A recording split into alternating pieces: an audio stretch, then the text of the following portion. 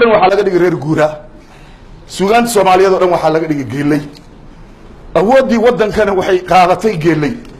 markii afdheeridooda iyo maahmaahyahooda adag oo wax waliba ku dhisan inda adag waxay noqotay in dadkii ku xishoonayay ilbaxnimada ee afkoodii iyo bii'adoodii oo ayada keenaysay in laga dhigo waxaan jirin oo waxaan dhintay calaashan leh maahmaahyahani anaga dadka reer tabareedka afdaboolan gaahwaay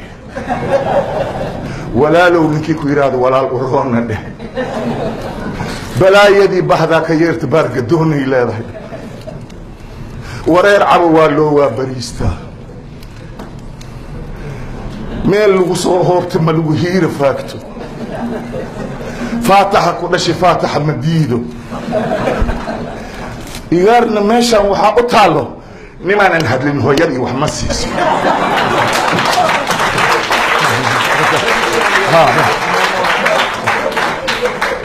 rag iska dhici rabbi ka cabso meel ma wada galaan war tolkaada kuma gabay ee afkaaga yuusan ku gabin inda adeeg waa raasumaal niman shantaada kaa celiyin sharciga kaama celiyo kan wuxuu leeyahay miskiinka tolkaada u eexo toobadaada halaysaa